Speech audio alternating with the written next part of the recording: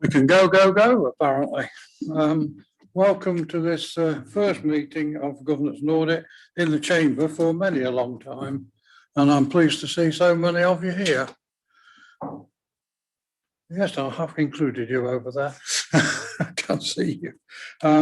We'll start with agenda item 1. Oh, before we start, I'm moving agenda item 6, the internal audit annual report and opinion, to before agenda item 5, because it makes more sense that way. Apologies for absence. Mr. Chairman, we do not appear to have any apologies for absence. I think everybody's in attendance. It should be in attendance. Can you speak up? I couldn't hear that. Sorry. Sorry, I think everybody is in attendance. We do not have any apologies for attendance. Oh, that's a fair comment. Chairman, the acoustics are really horrible. There's a really bad bit of interference, certainly sitting this side. Don't think your microphone is working.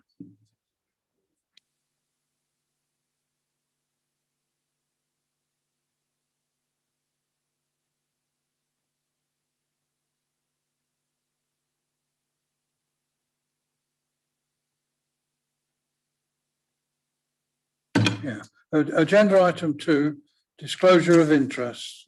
Members are asked to disclose any interests in matters for consideration at this meeting. I can see that none of the members have indicated that there is a matter to disclose, so we'll move on to item 3, the minutes of the meeting held on the 18th of March 2021, which have been circulated, I believe, and are in the pack from pages 3 to 8.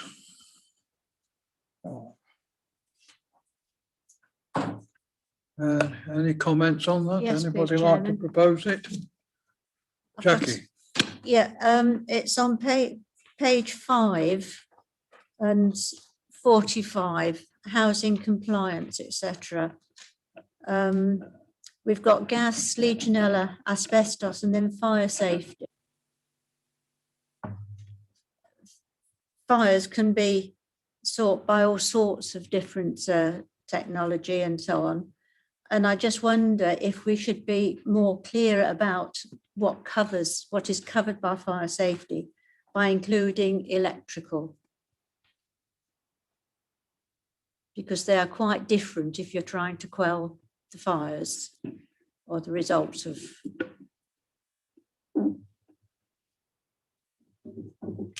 Chief Executive.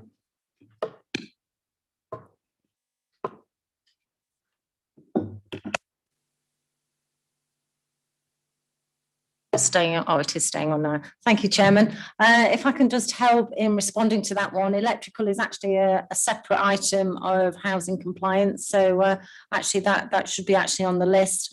In reference to fire safety, members may be aware that a new fire safety management plan has been presented to Rural and Communities Overview and Scrutiny Committee. And if members are aware that that's actually coming forward to Cabinet next week, that covers all types of fire and how we'll be looking at our fire management for our housing services. So I think it is a good point, well made, but we are, if I can reassure Councillor Smith, that that's actually being covered and the report next week on Cabinet.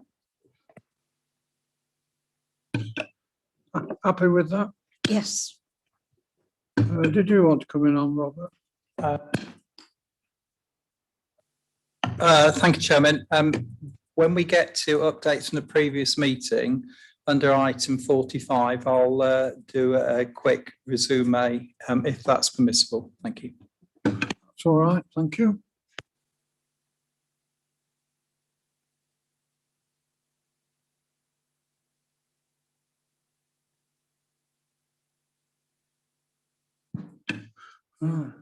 Anybody like to propose? Second them? We have a proposer and a seconder. Thank you very much. All those in favour? I think they're past. You weren't there, were you, Ashley? Yeah. Chair, I'll take advice from the monitoring officer if you like, but I think I can vote on the minutes based on having read them and understood them. I don't need to have been in the meeting. I don't need to abstain, do I? Monitoring officer. Thank you, Chairman. Yes, Councillor Baxter is right. He doesn't have to have been there. Some members choose to abstain when they haven't been there, but there's no requirement for that to happen. He can certainly vote on the minutes. Oh, it's all right with me. He at least supported them. Agenda item 4. We'll go to the action sheet. Right, Robert, then you wanted to. Thank you very much, Mr. Chairman. If I could take members then to item 45, housing compliance, which I'm pleased to give an update and always promised I would do. First of all, one of the compliances issues is missing. So I will start with that as the electrical contracts and specifications. We have a contract out with Gas UK, their electric arm, who are undertaking these inspections. We've currently done 700 of them, and we intend to have done all the inspections and the work by March 22. There will be possibly one exception, which is understandable. That's for any category 3 electrical works, which will take longer. If I move on then to gas, we have done absolutely everything we possibly can, except for the 49 residences that refuse to allow us entry. And we are, now that the courts and magistrates are open, those 49 non-consenting tenants will be finding that they're going to be getting a magistrate's letter probably before the end of the month, because we need access to complete our compliance for gas. Where Legionella's is concerned, we are now, I'm pleased to say that we are now compliant, so our water inspections are all there. Asbestos, we do have problems at Earlsfield, which we have also undertaken consultation with the housing regulator on that, and indeed with the HSE. Incidentally, we still haven't heard from the HSE where the Riverside is concerned, and this afternoon, when we're speaking to the HSE about Earlsfield, we are actually going to give them a nudge on the Riverside as well. Fire safety, Chief Exec has mentioned, aforementioned that we have a management risk assessment, which, as has been said, has been through all OSC and is coming to Cabinet shortly. As far as inspections are concerned, that's interesting. We've done 74 of the FRAs, which are being undertaken by Pennington for us. We're intending to get them all done by the end of June. We've got 173 to do in all, so we've got 99 to go. So that's where we are with compliance. If I may just run through one or two other action notes, please, Chairman. Propeller is now up and running and has been since the 25th of May. I'm sorry it wasn't as reported here by the end of April. So we've got loaded onto the system electrics, gas, Legionella, and we're adding to the system all the time. And we will, of course, be making additional information along with our proposals on the rant and rave customer feedback service that we're going to introduce to the compliance group at the end of the month. The stock conditions survey, if you turn over to page 6, is well underway.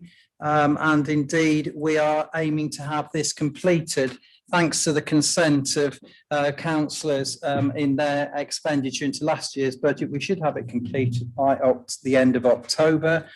So we'll know where we are, and that will give us good readiness time to be balancing what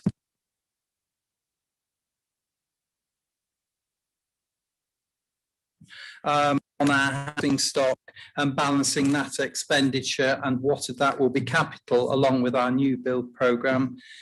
So that's where we're on that. The green fuel grant situation is a twofold process. As everybody knows, we've passed the eligibility of the first stage, and the second one has now been completed and submitted. And we are hoping to be on site in July, and we intend to have used all of the money, as I did mention, at full council by December. We are intending, where the solid fuel properties are concerned, to be introducing air source, which is i.e. using the heat out of the air.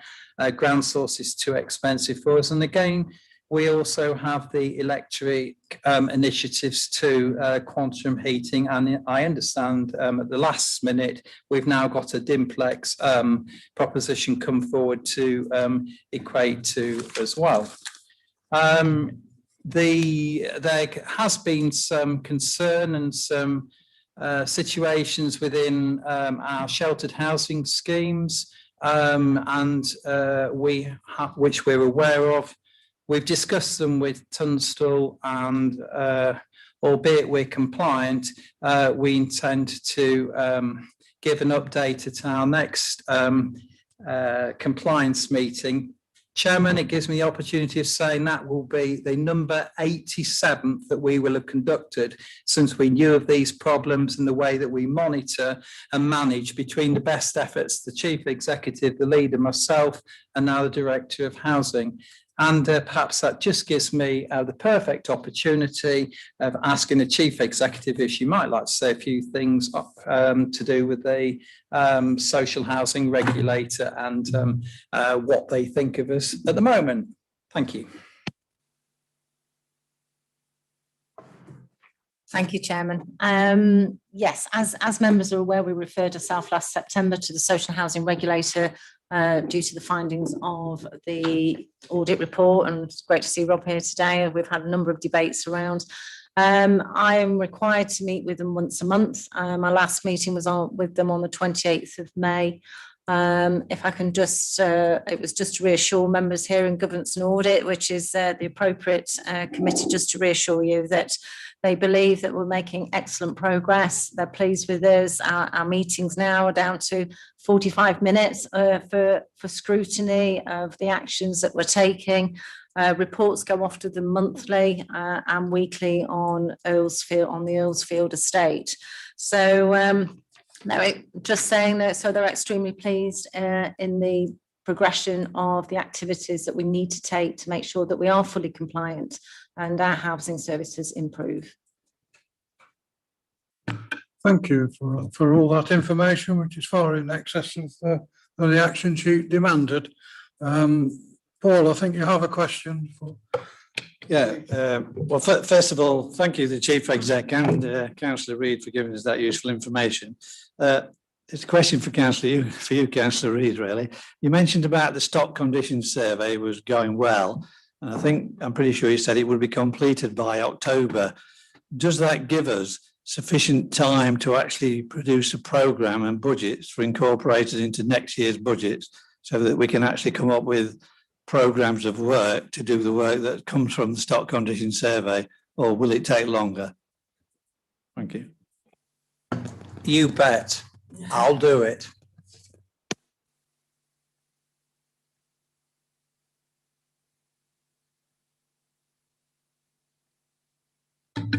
Nearly missed you, Ashley. Come on then. Thank you. At yesterday's Environment Scrutiny Committee, we were told about some challenges in delivering the commercial environmental improvements grant. I just wanted to, well, I suppose congratulate Councillor Reid if he is confident that the Green Homes grant measures will be implemented by Christmas or by this December. I just wondered if he had any comments about the procurement process, whether or not we have appointed installers, and how he's managed to avoid the bottlenecks that are seemingly affecting everybody else in the industry. Well, we have been, since the intimation that we would get approval of the Greens grant, we've been literally on the case as we've got, as from then, and actually it might be a bit unprofessional, but we've actually gone with the attitude in mind that we would get it because we have been so concerned about the solid fuel appliances within our housing stock. I guess we will be using right up until the end of December, but we are currently out to tender at the moment for those, and we are hoping that will be concluded by the end of this month, and I have assurance that we will make by some means a start on the works by July.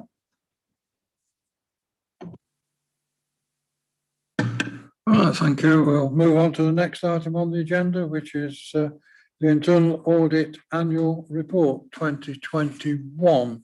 Are you going to introduce that, Richard? Yeah, thank you, Mr. Chairman. I'll just introduce and then hand over to Rob as Head of Internal Audit to formally present the report. I think just by my way of presentation, without kind of taking any words away from what Rob will be saying, but I think it's important to stress that the key action for the committee is not only to accept and reflect on the findings of the year, but probably more appropriately focus on the implementation of the recommendations that came from those. So you can be assured that through the follow-up work that the auditors do, but also more latterly, the investment the council's made in some on-site software, we will closely monitor all of the actions that are being agreed to make sure that the improvements to the internal control framework are followed through in the timelines that were agreed with the auditor. So you'll have, hopefully going forward, assurances from the information we can present as officers, but also through the follow-up work that the auditors will do on your behalf to ensure that, particularly for the medium and the high risk areas that have been identified, that the actions are taken in a timely way. But I'll hand over to Rob to formally present it. Thank you. Thank you. Okay, thank you, Chairman. So this is our annual report, which summarises all the work that we've performed in 2020-21, and then actually provides an annual assurance opinion around governance, risk management, and the overall control framework in place. The key section is 1.1, which is on page 9. When I refer to page 9, I mean the bold numbers at the bottom of the page. You'll see it is a negative opinion, which is an amber red. And what that actually means, in our view, is that we have identified significant weaknesses in the control framework within those areas that we've performed and reported back to this committee during the course of the year. There is some text to actually support the opinions that we've actually give in the document, but I think Appendix B actually visually illustrates the opinion that we've actually given. So if you can look at Appendix B, you'll see that we've given 8 assurance opinions. Of those, 3 were positive, so they were either green or green amber opinions. 5 were actually negative opinions, and that being red or red amber. We also performed 2 follow-ups. So as Richard mentions, that's the follow-up of management actions that's been agreed during the course of the year. And this is to report back to committee and give assurance that just lip service hasn't been given to those actions, and actually progress has been made to actually mitigate the risk that we identified during the course of the year.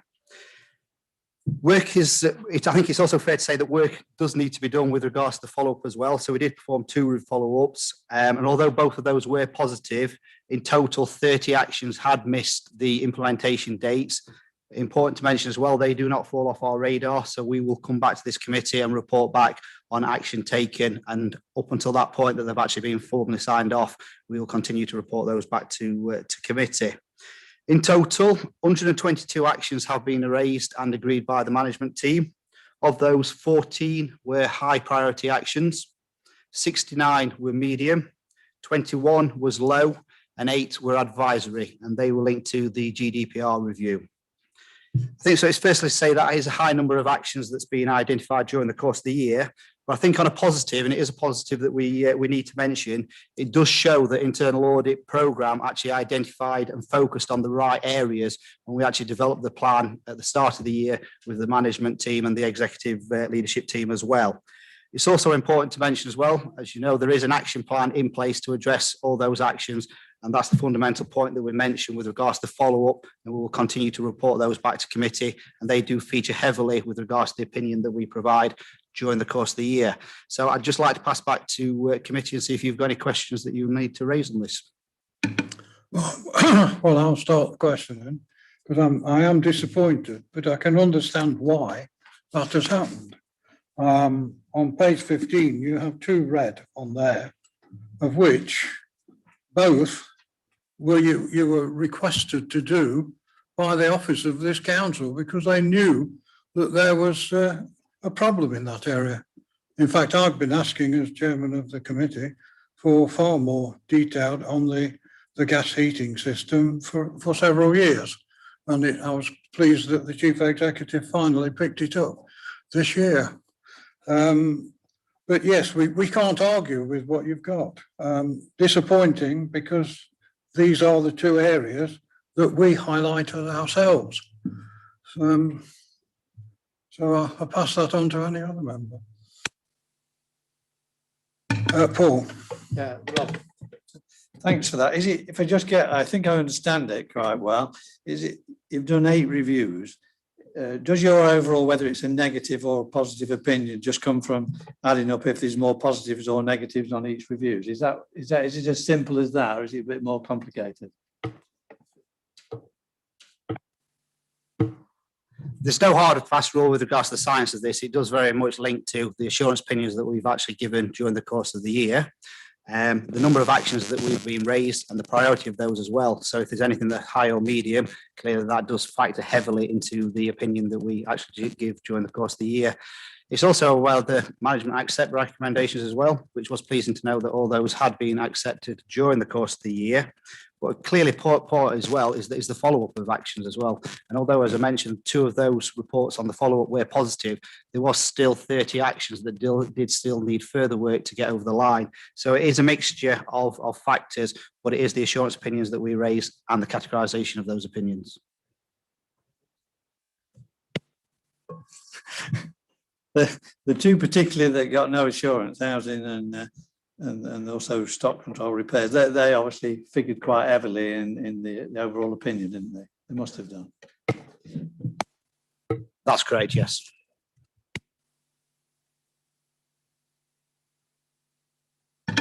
Ashley, I believe you have a question. Thank you, Chair. And forgive me if I'm ignorant on some of the issues. You know, I've only just come back onto this committee formally. But if I've understood the report properly, the 8 issues are the issues which you investigated last financial year, which we know about. None of that is a surprise. It's all come to us at this committee previously, and so we know which are the reds and which are the ambers and so on. But the 30 actions that are you saying they should have been taken and they haven't been taken? Do you have an idea why they haven't been taken, or is that a question for officers? I would also go on to mention that I'm pleased with the areas where you have investigated, because certainly I've had reservations about some of them, particularly the contracts and procurement.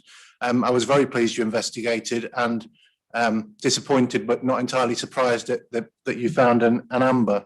And with the chairman's comments regarding the housing performance, yes, we did self-report when our new chief executive arrived, but they were issues. I mean, within the report, either from the external report or from the internal auditor's report, some of these issues have been going on for a decade and have been mentioned at this committee over 3, if not more years. So, yeah, we can't really complain that internal audit have picked it up at our request when we've been requesting it for a long, long time. Thank you. Any further members of the committee wish to question the report?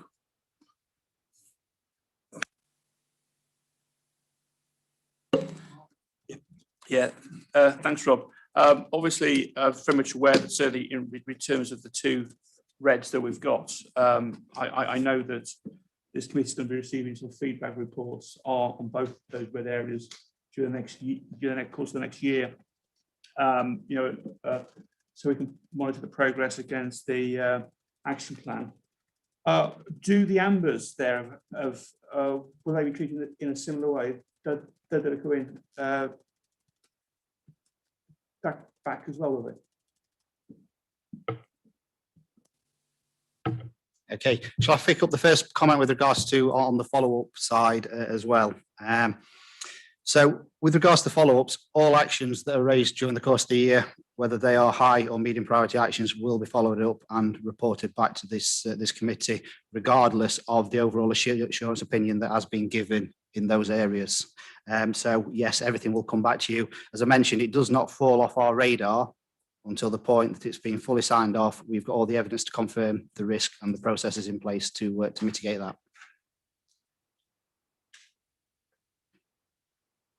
And just sorry, with regards to the other follow-up as well that you mentioned, it was a whole range of different areas that we looked at. So there would be various different reasons for why those actions, the 30 actions, hadn't been followed up and implemented by the time that we came in place. I think the point to mention though is we do have a new action plan with new revised implementation dates that we will be reporting back to this committee as part of the follow-up process. That's all right, sir. Are you all right? If I may just come back. So obviously what happened, I mean, what happens if, as you say, we've got a revised action plan with some revised dates on that. What happens if those aren't achieved? Does this keep playing on with revised implementation dates? Because you know where I'm coming from, potentially you have a situation where you hit some, and all of a sudden you have this real long tail before you hit everything. So is there any further action that you can take, or any advice you can offer us as to what we can take?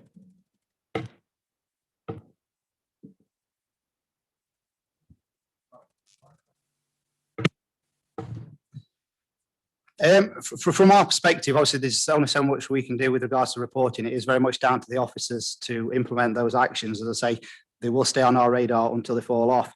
What we tend to see where there is poor performance or actions that aren't being reported, that the head of that service will actually come to a committee like this and actually give an explanation and a written paper as to justification as to why those actions haven't been implemented. But from our perspective, those are actions that have been agreed by the management team.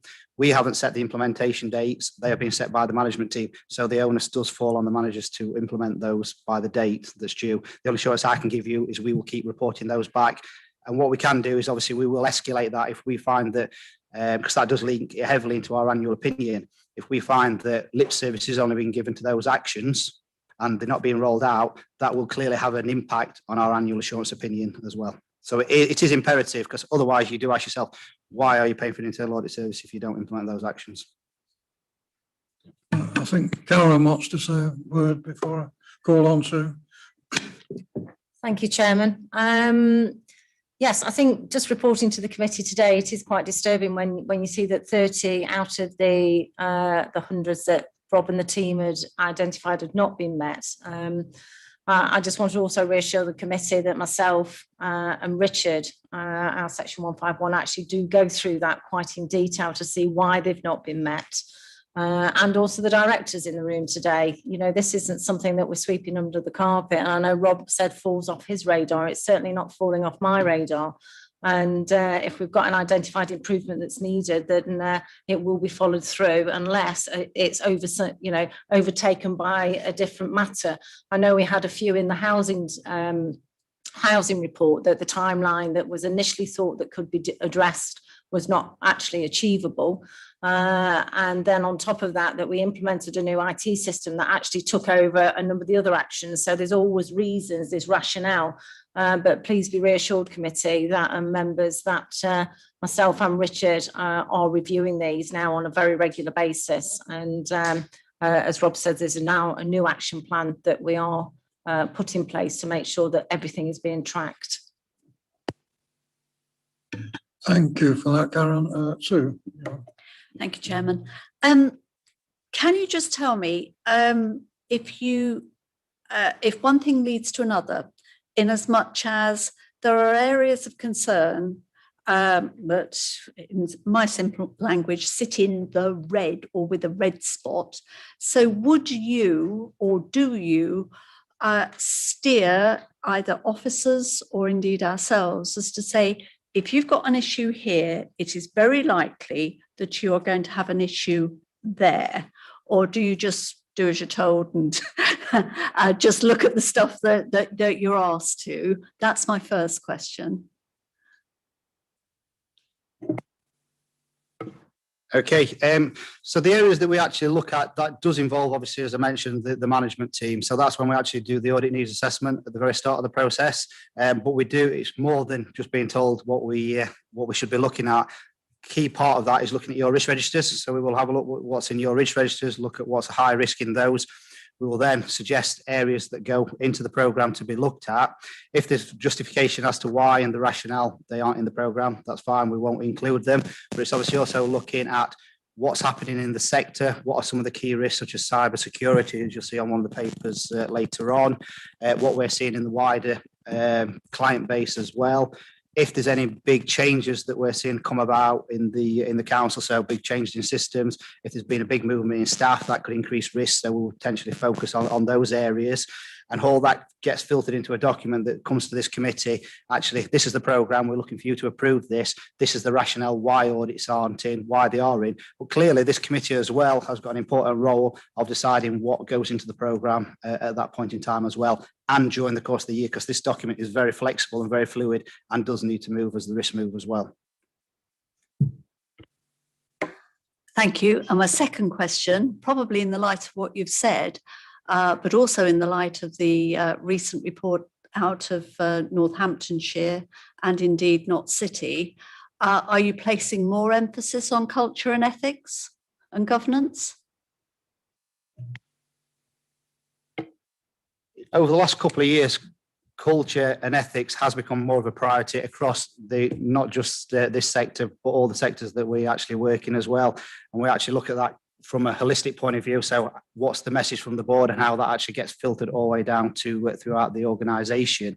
But it can also, we can look at culture. If there's a particular department that's got high turnover of staff, as I mentioned just then with regards to, we will look at that from a cultural perspective. And we're building in now a lot more different audit programs to actually look at these kind of reviews. So we're doing a lot more surveys of staff that's all independent.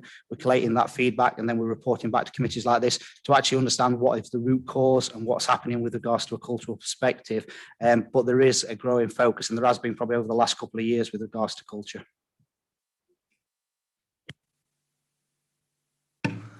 Gloria. Don't get used to me asking questions, by the way. Two things actually. How old is this report? When did you look at these areas? Is it 2 months ago, 3 months ago? Well, Sorry.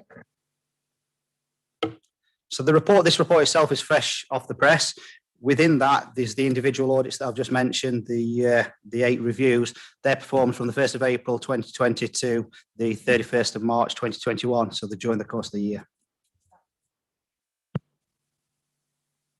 That's what I was looking for. So therefore, we're in the red at that particular time, but listening to Councillor Reid and Karen, they've put an awful lot of effort and an awful lot of work into getting out of this situation, as I see it.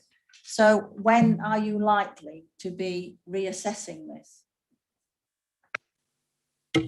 The first stage of that comes with, as I mentioned, with regards to follow-up. So that's where we will follow up all those actions that were raised during the course of that review, and they will get reported back to this committee. If you also look at the plan as well, a number of these areas are included in the plan for 21, 22 as well, because where there's anything that's usually got a red, we need to come in and do a full audit again to give committee members assurance that, as officers have said, they have addressed all these concerns, and that's where we provide that independent third-party assurance back to you during the course of this year. Thank you. That's what I wanted to know. Thank you. I have a further question from Councillor Baxter over there. I can't read your name, I tell you. It's terrible. I keep forgetting. Thank you. First of all, before I forget, Councillor Whittington, you might want to use the other microphone when you do it, because I don't think the one you're using is working, but play about with that next time round. I wouldn't want to miss a word you say. I'm not sure that Councillor Johnson and myself are, I know we're both trying to understand the same thing. I want to be crystal clear. The report was written in earlier this month, relating to the 8 reports which were done, concluded, presented to this committee during the last financial year, and that was the position, red, amber, green at that point. But since then, as follow-up, our senior management have put a get things right plan in place, and 30 of those self-set targets have been missed. That's correct, isn't it? Yeah, so we said we were going to put things right, and on 30 occasions, we've failed to put things right in the way that we expected to, for whatever reason. It could be pandemic, it could be staff, it could, but for whatever reason, we've missed 30 times since we received those reports, which is, I mean, if it was 2, it would be kind of, it would be a concern, but 30 is a bigger concern. How do we interrogate the 30? Do we have to go back to the individual department heads, or where can I find the list of the 30? Karen, did you want to come in on this? Because I think you raised your head. Yeah, I think it's just for clarity and to help Rob and help Councillor Baxter, that's 30 over the whole year on all of the inspections. It's not just 30 on the housing side. So I didn't want you to think that there was 30 actions missed on the housing side. And probably to help, at the last meeting of the audit committee, they did receive the report for the next year, and to assist you from, I think the question is about moving it from, we want it to move from red to amber to green, don't we? And that's where we want to be at. In September of this year, so in a number of months' time, there's a follow-up audit of housing, for example, where you will then get that report to see how, is it still in the red? Have we moved it to amber, or has it actually now gone to green? With the social housing regulator, they think that they will be working with us for the next 2 years, and I think that's probably the action to say yes, we are dealing with the compliancy side, but there's lots of other actions that are still also needed in the housing service. So I hope that hopefully that helps to clarify. Chair, if I might come back, it's interesting, yes. So if we've got 30, I thought 30 sounded like a big number. Are you saying it's 30 out of 1,000 or 30? How many have we hit? If we've missed 30, how many have we hit? And of the 30, how many are related to the housing one? Can I just help clarify this? Because I think it is an important part, and I think we're getting kind of a little bit confused amongst ourselves. In the covering report to the audit opinion report, there's a table that sets out the status of each of the recommendations as we've gone through the year. So that's the covering report. It's part of the same pack, but it's the covering report to Rob's annual report. So on page 5 of that document, in the top corner, there's a table. Yes. So that table sets out 112 recommendations identified throughout the year as per the plan. And at the time the audit did their follow-ups, which were in August and in November, 30 of those 112 hadn't been implemented within the dates that had been agreed at the time of the audit. And as Karen has said, there'll be a raft of reasons as to why that hadn't happened at that point. So that 30 was a moment in time when Rob and his team came in to do those follow-ups. Because they're clearly not in every day check-in, they come in at 2 points over the year. And the combined summary of what they found at those 2 touch points of August and November were 30 of the 112 hadn't been implemented at the time which they should have been. Yes. So time's moved on again, and like Gloria was asking, where are we today? And we can't actually say where we are today because this whole conversation is around the last year that's just passed. So the further follow-up will revisit this 30 and seek to reassure yourselves that they've now been implemented. So it's always a moving conversation. Yeah, so Sorry, does that help or not? Yeah, so you've answered the question, how many were there? There were about 100, of which we missed 30 by the implementation date that we set ourselves. The table on 1.5, I looked at that and I looked at column 4, which says implementation due or underway. That doesn't tell me, there's no column there for missed. I can't see where the 30 is on that table. I've got 30 closed, but I can't see 30 missed because they are either due or underway. There's nothing to say overdue. I don't know if they're supposed to be or not, or whether it would be helpful or not. All I've kind of heard is we're setting ourselves targets and we're missing them.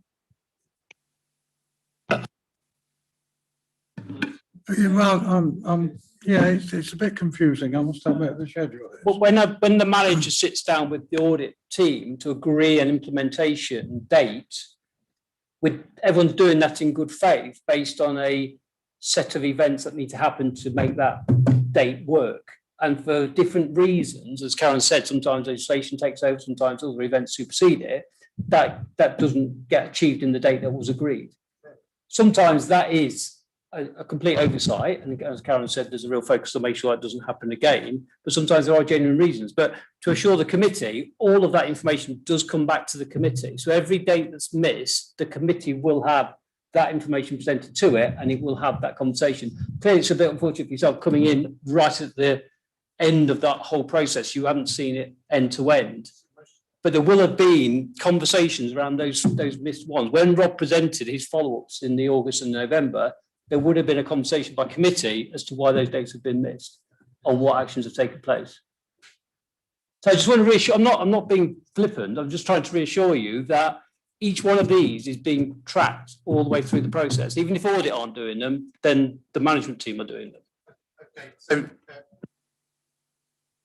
thank you for that. The only bit that I haven't had the answer to is how do we interrogate the list of 30? Do we have to wait until they arrive finished at this committee, or is there another way that we can interrogate the ones which are either due, underway, or overdue? I understand that will be on the follow-up report. It will be, in but this current year. If the will of the committee, Mr. Chairman, and clearly one member saying it, but if the will of the committee is we want to see those 30 and we want to know where they are, then we can bring that back to the next committee. There's no, as I say, there's no hiding place with any of this. We're not trying to kind of mislead anybody. We're just giving you a very summarised position of the last year. But of course, the last year was based on the numerous reports that the auditors have presented throughout the year. This is a combination and culmination of all those previous reports. But if the will of the committee is they want to see those 30 and be assured that they've either been implemented or there's reasons why they haven't been, then we can provide that. Thank you, Richard, for that. This is one of the reasons why I have this item, agenda item 6, before agenda item 5, because agenda item 5 is current year and agenda item, the one we're dealing with, is last year, and it's all historic. Thank you, Chairman. One point I was just going to mention is that what we do see as good practice at a number of our other committees is that the management team actually do report back to committees on those implementation of those actions every committee, so that you're not actually waiting for internal audit to come back and report the status of those. So you're getting it more timely. What you get from us is obviously that independent third-party assurance during the course of the year. But as I say, many committees we see as a standard agenda item just to update you where you are with regards to those actions, so that you can address them earlier on if needs be, rather than waiting for internal audit. Paul. Thank you, Mr. Chairman. It's a question for you, Rob, probably again. I mean, as I see it on that table, it's quite clear that after the 112 actions, only 30 of them were closed, 22 of them weren't done. I know this is based on when you did in August last year and November, and there was 60, so 30 of them were outstanding at that time. Whether they are now or not, I know that all the housing compliance one were closed. That's good news, but surely you would have expected more than that to have been closed, wouldn't you? Ideally, in the ideal situation, you would expect all of those. Whether it says 60, only 30 of them have been closed. You wouldn't expect 30 to be outstanding. That's 50% for the ones that should have been closed haven't been. That's my interpretation. That's correct, isn't it? Yeah, that's correct, Chairman. Chairman. Yeah, that's correct. From our perspective, obviously we're reporting to those implementation days that were set by the management team. So yeah, we're going in there with the expectation that they would have been signed off by the due date set by the relevant officer. So that is obviously not a good sign for the council's point of view to miss 30 of them, miss 50% of them. I think that's what Chief Executive, I think that's what you referred to, Karen, didn't you? That 30 of them have been missed. Can I comment on that? Because I think we're missing the point here. This actual schedule may not be current. It may be historic, and things may well have happened during the rest of the financial year to have implemented those. And this is just a summary of what's happened in the year. We have got quarterly reports from the auditors, and that's where it tells us when things have not been implemented. And that's the time to do it. To query it now, I think is not quite correct, because this is just an annual report, a historic report, which was probably current when it was drawn up, but things move on. And certainly that schedule may not be correct as at the 31st of March. It may have been a lot earlier, as was said by the office.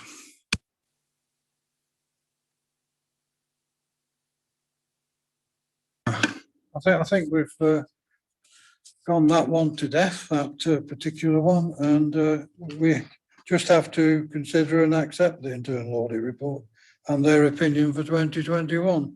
We haven't got any other advice other than to accept that. So we'll move on to the next item, which is previously agenda item 5, which is the internal audit progress report, which is dated the 9th of June. Are you introducing this?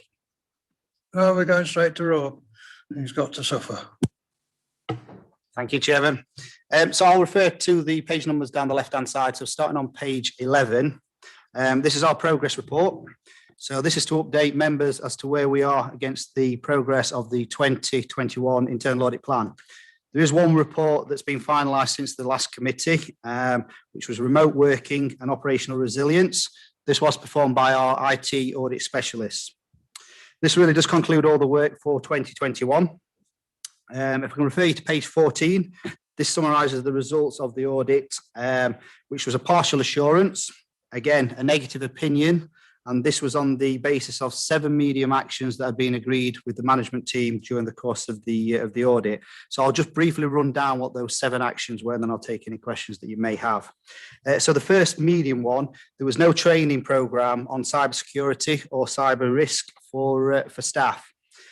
Also, with regards to new starters, cybersecurity is not included in any form of induction for new recruits. So clearly there is a greater risk of vulnerability or successful attack on the council. The second medium was with regards to firewall logs not being reviewed. So really there is a missed opportunity here for looking at early warning indicators, understanding what actually attempts have been made, even though they've not got through your firewalls. There was also no firewall change management policy, i.e. what to change, when and by whom, and with regards to the appropriate authorization for making said changes. The third medium was with regards to there was no incident management policy in place. So actually, what do you do in the event of an incident? Clearly, there is a risk that it could take longer to resolve if there isn't that defined processes, procedures to follow in the event of something happening to your infrastructure and IT systems. The fourth medium, so there was no periodic review of privileged access rights, or what we call super users. The problem this actually causes, if you've got leavers or people that have changed roles and responsibilities, they could have access to those super user rights and privileged rights, which could clearly cause significant damage if needed. There's no change management policy overall. So there is a risk that that's not performed in a controlled manner. Again, that can cause significant problems to network failure and security breaches. The 6 medium was regards to, there was no formalised backup procedures and policies or actually processes with regards to backup restoration testing. So from our perspective, that does cause a lack of assurance around backup restorations working effectively, actually at a time when you do need them and systems have gone down. Can you get that assurance that you would know and be able to get them up in effective and as quickly as possible? And then the final one was there was no reviews performed off third-party user access. So third parties that have got access to your systems, whatever they may be. Clearly, again, that's a greater risk with regards to unauthorized accesses and data breaches. Management have agreed all the actions. There is the full report in the pack, and you will see the action plan implementation date and the comments to actually mitigating those actions that I've just mentioned and alluded to. I think the important to mention is that they are all key controls and that they must be addressed to actually improve resilience of your security and your infrastructure around your IT systems overall. And then Appendix A on page 16 just shows the complete work in 2020, which obviously links into the annual report that I've just presented to you. So I think if I can pause there, Chair, and I'll take, Chairman, and take any questions that you may have. Richard, would you like to explain? The IT service has recently had a line management change. So there's been some added degree of management responsibility for the area. Previously, it's part of a wider team. It's been now got a dedicated IT manager in Gary Andrew, who some of the members may know, and it's now under Alison, who's here today, as part of her head of service responsibility. Of the 7 recommendations in the report, I'm pleased to say that 6 of those have now been implemented. You'll see in the dates, 31st of May, with the agreed date. That was deliberate on our part to make sure that those areas of concern were addressed quickly, and that is the case. So the last one, which is Action 5, is dated the end of June, and that will also be met as well. So of the 7 here today, then we can confirm that 6 of those have been implemented. We did have a very good conversation with the auditors, and in some instances we felt that some of the recommendations were perhaps a little bit too robust for an organisation of our size, a lot of policy requirements. The reality is it's a very small dynamic team. A lot of these processes are in place, they're just not documented. So therefore, in terms of evidence, it was difficult to satisfy the auditors that was happening. The reality was, in most instances, those practices are being done in accordance with proper processes, but they're just not formally captured in documents. But to recognise that that's a weakness, particularly in terms of procedural documentation, succession planning, etc., etc. So we've agreed to make the changes as recommended by the auditors. But as I say, 6 of the 7 have now been done. Thank you. All the committee members happy? No? Sue? I think it's good to hear what Richard said about those policies and procedures are being put in place, because I think, and it's something I shall mention later on, but a reoccurring theme over time that I've seen, or when we've talked about issues, particularly around the housing and Riverside and what have you, is either agency staff or contract staff. And so, you know, there's no harm in using agency staff, but they need to know how they do something and when they do it. And if those policies and procedures aren't there, then that's where I think that we trip up. So I welcome your comments.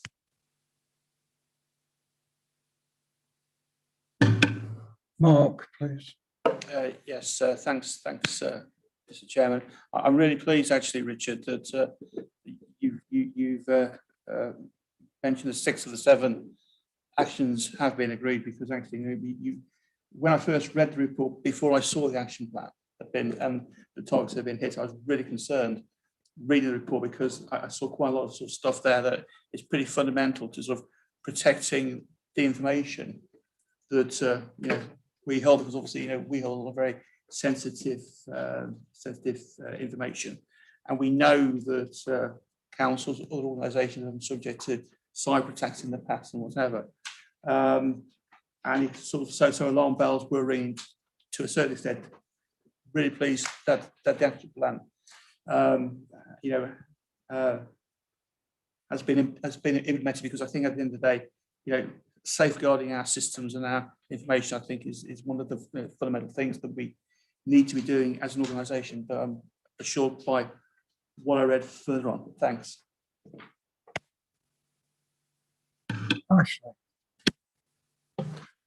Yes, thank you. We have these little devices which, although they're a mixed blessing, aren't they? Handy to have, but sometimes you want to throw them through the window. I did query at the time when we started putting at the top of every email from outside, caution, this email originated from outside your organisation, exercise caution when opening attachments and clicking links, especially from unknown senders. I did complain at the time because I found it quite patronising, and but we've got to do what we can. So we're doing what we can in terms of sending members, and I expect everybody in the organisation has to suffer this message every time they get an external email to discourage us from clicking on unsavoury links.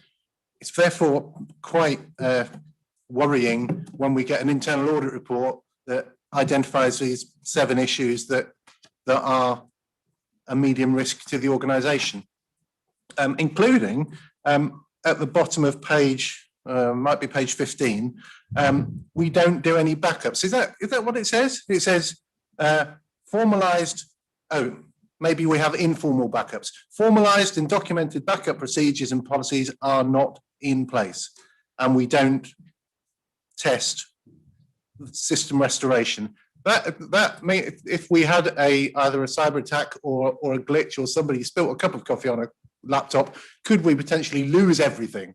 That's more than the medium risk it would seem to me, but I don't understand. I'm not an IT literate person. Linking it back to the previous document, we've said that we've got these 6 or 7 priority actions. How do we know what the timescale is for delivering these actions? Because these, come a future report, will either have been completed or not completed within the timescale set. How do I know what the timescale is? When do I know to ask again whether we have formal backup for our IT systems? Yes, certainly. Thank you, Chairman. So the full reports do start on page 24 of the papers, which are the detailed findings and actions, and that does actually show the implementation dates for each of those.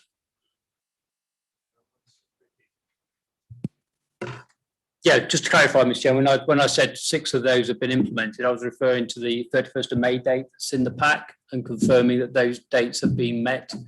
So 6 of the 7 recommendations were implementation by the 31st of May, and they've been achieved. So the one left is the 30th of June, and we're on target to achieve that. I can assure you that backups are done. What this is talking about is there's no backup policy. So as I was saying in my introduction, a lot of the work the IT team do is dynamic and done as a matter of course in terms of their day-to-day activities. What the auditors were looking for were policies, procedures, documents, and that's where the gaps have appeared in the findings of the auditors. But as I say, that they are in place. Thank you. Yes, thank you, Richard. I must admit I've mentioned before the fact that the findings and the actions don't go together with the audit, what they've done. And it does confuse when you're looking through the minutes, the agenda items. I want to come back.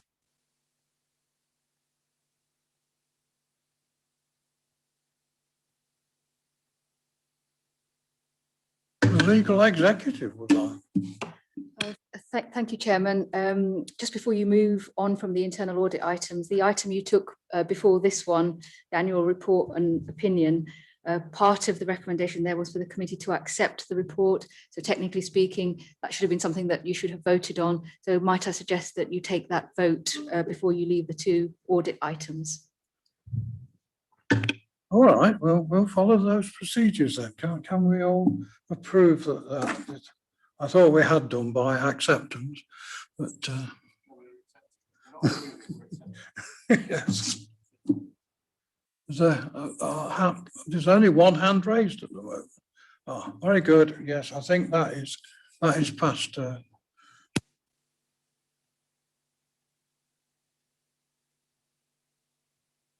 Are there any further questions to be raised on the internal audit progress report, which I think he's got away quite lightly with? No? Oh. Oh, wow. Ooh.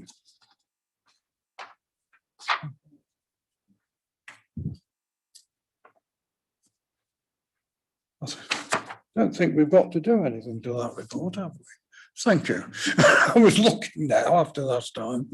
Right, agenda item 6 now then, which is the, no, it's not, it's agenda item 7.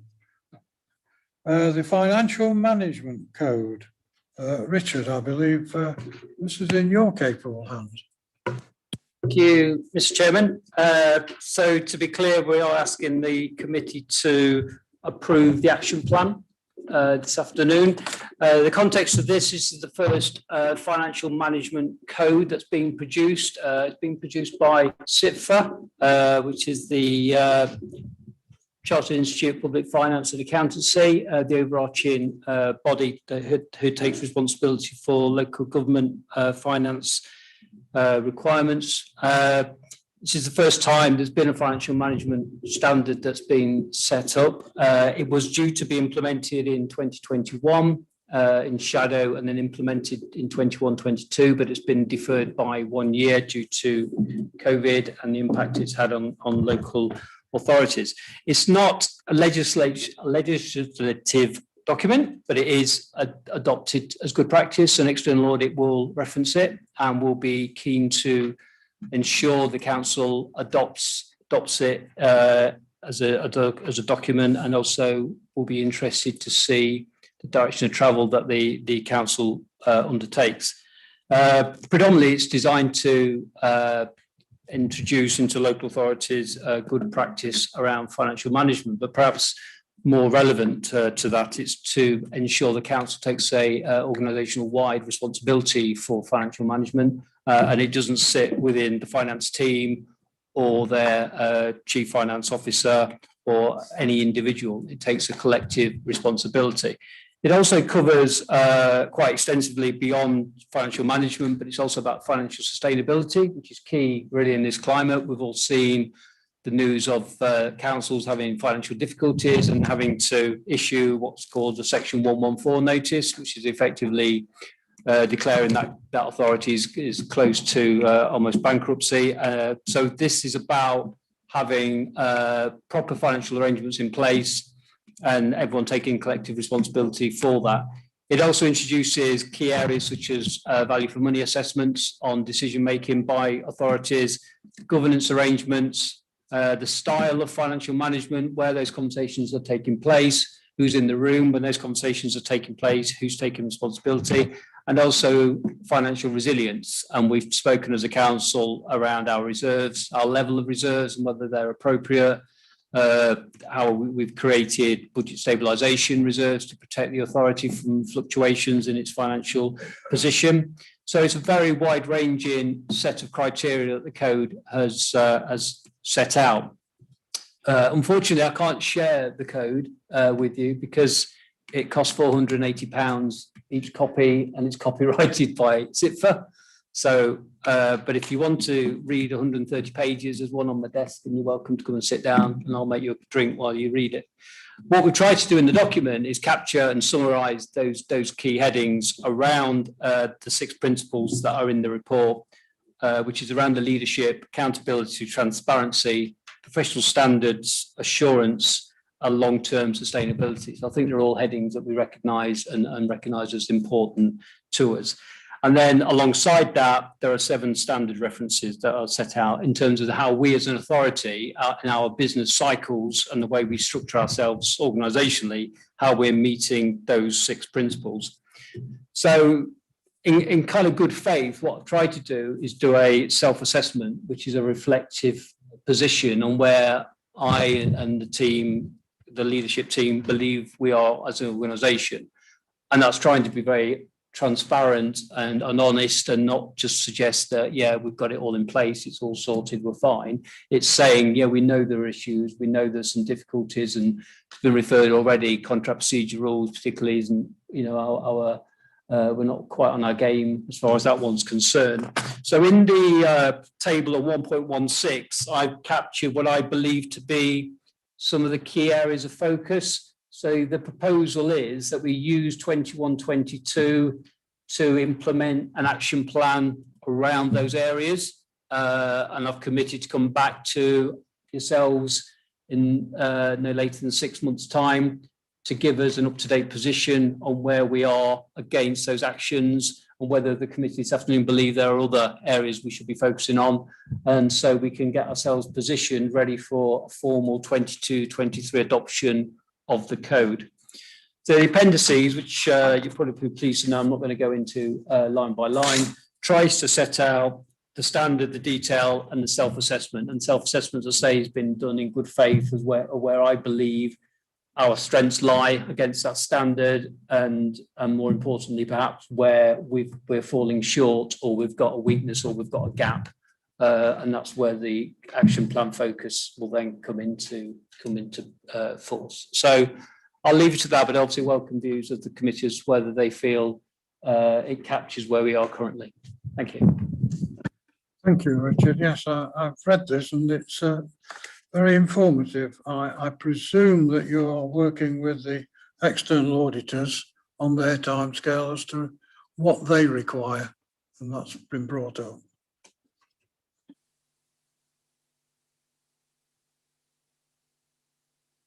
Ashley. Thank you. My first point, you want nitpicking on this. You want, sorry, attention to detail. We're interested in attention to detail. Not necessarily at this stage, because this will come later when it's been consolidated with the external audit, what they want. But if you have got some nitpicking, carry on. Okay, we're being asked to recommend the action plan is set out in Appendix A. There isn't an Appendix A, there's an Appendix 1. So for clarity, can we recommend Appendix 1 if we want to do that? My second question is similar to yours, I think. There are some actions required within this. Do we have a timescale? When will they come back? Are they all coming back at the same time? Are we going to look at this in 6 months and see whether or not we've reviewed our corporate procurement procedures? I thought we just talked about procurement procedures recently and gone over to the Welland what's her name?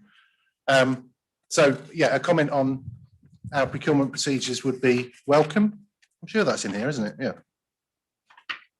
I've lost my page now. I might add actually that this is going to come back to the December meeting. Okay. So hopefully in December we'll get feedback on the actions required, which include review of contract procedure rules and financial regulations, which also relates back to the internal audit report we mentioned earlier on, because we're struggling to meet the ones we've got, and so we need to be mindful of any issues there might be there. The third one was I was going to ask about whistleblowing in relation to the culture of leadership and ethos and so on. Before the county council election, I got some anonymous emails, some of which were accusing people of doing things and held weight, and some of which accused people of doing things and were apparently rubbish. But I read within the whistleblowing policy that coming to councillors is one of the things that people can do to blow a whistle if they don't get any joy from the 7 above. Am I supposed to, as a councillor, are we supposed to know what to do with these whistleblowing complaints? Is there if somebody wishes to blow a whistle, what's the correct? How would I find the correct procedure if somebody came to me and said, "My name is Joe Bloggs and I accuse Jane Doe of this corruption in public office. Am I supposed to know what to do with that? Chief Executive, have you got an answer to that? Thank you, Chairman. Yes, we do have a whistleblowing policy. It is up on our website. We can send you a link to it, Councillor Baxter. We do get whistleblowing complaints come through. They don't come directly through to us. We get notified of them, so it goes to an independent body first and then comes through to us. We've had, if I remember right, I think we've had 7 for 2021. And we have a statutory officers meeting, which is myself, the Section 151 officer and the monitor officer, where we do review the whistleblowing complaints that come into the organisation. If the whistleblowing complainant has a name and address, we go back to them with the actions that we've taken. If they don't, it doesn't mean we don't take any action. We actually we've had some one recently that we've taken action where we've not been able to go back to anybody because they didn't put their name and address on it. But we thought it was appropriate to take some action. So yes, we do regularly get through whistleblowing. So that is a process, but we can get that sent through to you. I don't know if Richard or Shaheen would like to add anything to that.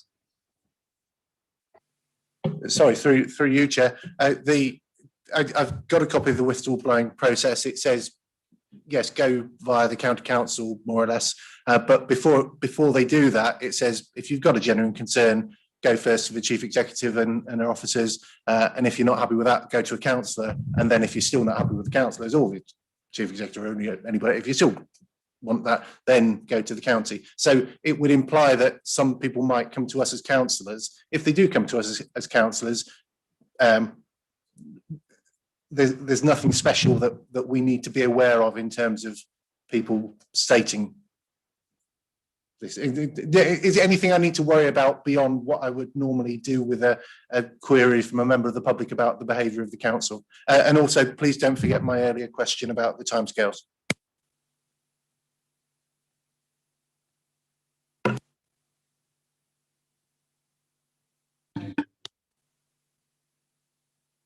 Going back to the whistleblowing, as Karen said, it's clearly publicised on our website. There are multiple channels in which somebody can raise a concern, as has been said.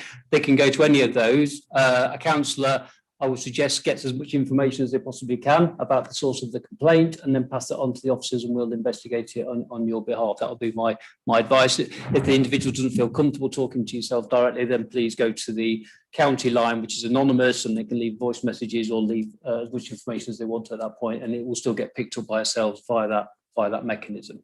Just in terms of the action plan, yeah, I think I said in the introduction, I would, unless the committee wants it sooner, we'll give you an update position in December, 6 months' time from today, to give you an update on those actions. What we've committed to is to review. That doesn't necessarily mean we will change, because the financial regulations and the contract procedure rules were approved and updated by council in January 2020. So actually they're not particularly old. I think the issue is more about people's compliance with it and utilising the rules that have been prescribed by council. Not so much the rules themselves aren't fit for purpose, but clearly there seems to be a disconnect between the contract procedure rules and them being implemented on the ground. So that's why we've committed to doing a review, because we all recognise there's something not quite right with that whole process, which is why we've had issues with the audit findings in the past. But the intention is that we'll bring you an update on each of those actions when we meet in December. Vice Chairman. Yeah, thank you, Mr. Chairman. On this report, we've got 2 recommendations. The first one is that we're asked to note the requirements of the code. Now, I must admit, I did try and download the code offline, but I was rather put off when I saw it. You had to pay £500 for it. So although I've not fully read it, I fully accept we've got a good summary here from Richard. So I'm quite assured by that and quite prepared to accept that. On the second one, approve the implementation of the action plan as set out in Appendix A or 1, insofar as the actions fall within committee's remit. My question is to you, Richard. It's just, can we be assured, is there any assurance that if we accept that action plan, Do we meet the standards of that code, or how far are we off not meeting it? That's a good question, because the code is a framework in which the council can work towards, but it can choose to go as far as it wants to comply with the code. As I say, the code is predominantly voluntary.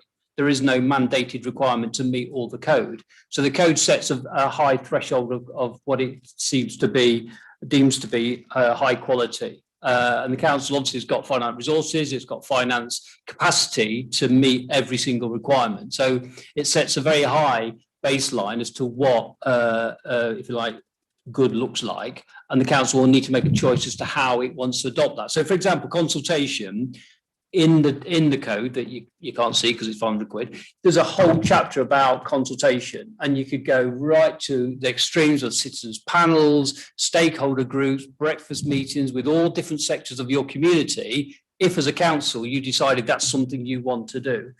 Or it goes to another extreme, which is you have an annual citizen survey, or you do an annual consultation for your budget setting. So there's a whole range of ways in which each council will say, yeah, we want to be over here, or actually, in terms of our priorities, we know what our citizens need because we're in touch with them. So we don't need to go to that length. We want to go somewhere here. So I suppose what I'm trying to say is it is relatively subjective, and the council will need to be proportionate in how it wants to take the code forward and where it feels it wants to put effort and time to meet those highest standards, or where it will accept that it's happy to sit somewhere else. So we've said here, consider use of consultation methods and tools for budget consultation. That's not to say we will adopt them, because you literally could spend thousands of pounds on budget consultation tools. You can see some really innovative, responsive web tools that enable citizens to play with budgets and prioritise and spend less here and spend more there. Or you could just go down almost a Survey Monkey type approach to say, what's your priorities for next year? Tick 3 out the following 5. So you can absolutely grade it where the authority feels comfortable, and the audit won't have a particular view about that. It'll want to know you've considered the code, and it'll want to know you've put a response in that's proportionate, but it won't criticise you for not going to the full extreme of which the code is setting itself as a kind of upper benchmark. So some of the actions are a consideration or a review or an update. They're not necessarily implementations all the way through.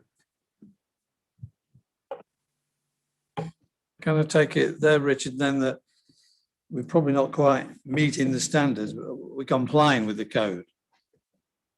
From what you've said, I can understand that there's various ways you can go on it, but it strikes me what you said with your action plan, we are complying with it for one form or another. Yeah.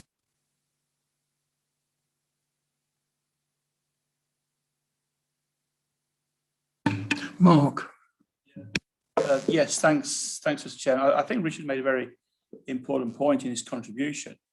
Though with a lot of these codes, they come out and they are deemed to be, best practice or whatever, or this is the standard to hopefully achieve. But of course, an awful lot of these codes, I find after experience of working as an accountant, is they tend to be aimed largely at large organisations. Like the larger councils, large organisations, I find it a lot easier to hit a lot more of this stuff because they would have a lot more resources, a lot bigger finance departments. And this code is almost like a one size fits all, which really doesn't, I think causes problems for smaller organisations. So I think it's really done better. Causes problems for smaller organisations. Within it, actually, there are some really good things actually that they are looking to work towards. For instance, the first one around continue to review the value for money approach. That's it's really good. The one on which I particularly enjoy, things important. The one about embedding the business pondering approach, because if Richard wants to explain, and I know what it means because I've worked within the industry, but it's far more of an interactive, it's a far more closely tied way of working with service managers around financial issues. So I just wondered, Richard might give a bit of information on that, because I see that as a really positive thing for us to be working towards. And then certainly the next point, point F, which talks about the development of resilience scenario planning. I think again that's really important in terms of medium-term financial sustainability, that we are able to undertake this. So within it, I think there's some really good stuff. But I also reading it, and I thought there's some stuff in there that, yeah, it would be great to have, but the cost of achieving it would be so high that, and really what benefit would we gain through it? Certainly a larger organisation would, but where we are, I don't think a lot of this, some of this stuff, I think really would be cost prohibitive in terms of the benefit we'd actually accrue from it. Thank you, Mr. Chairman. Thank you, Mark. Yes, that's very good points there. I think that this is an ongoing thing and will be reviewed regularly once the external auditors have decided what they want to implement. Like last year, they did the property valuations, which was unexpected, but we had to put up with that. And things may well happen that will change this. And that's why we're going to have the 6-month review in December, which I think is a good thing. Anyway, I'd like to move from the chair then, so nobody else wants to speak. The recommendations, 1 and 2 with the amendment that Ashley pointed out that is Appendix 1. All those in favour? Oh, I haven't had a seconder, sorry. Thank you, Vice Chairman. It's not used to this being in a meeting proper. Thank you. I think that's carried unanimously.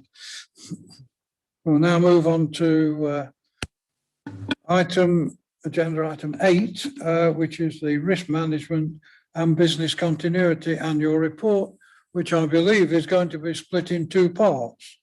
Richard is going to deal with risk management and Gary Smith is going to deal with business continuity. I think that's correct.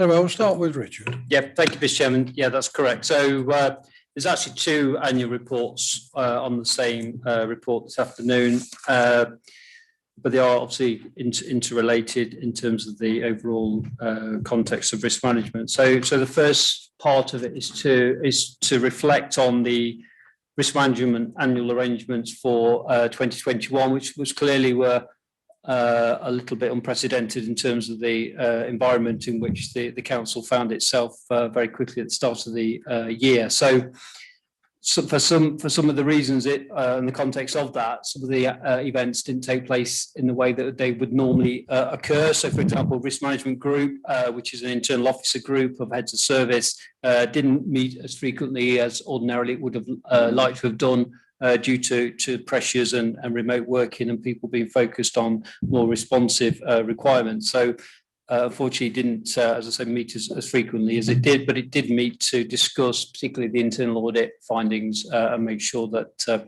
progress was being made as it needed to.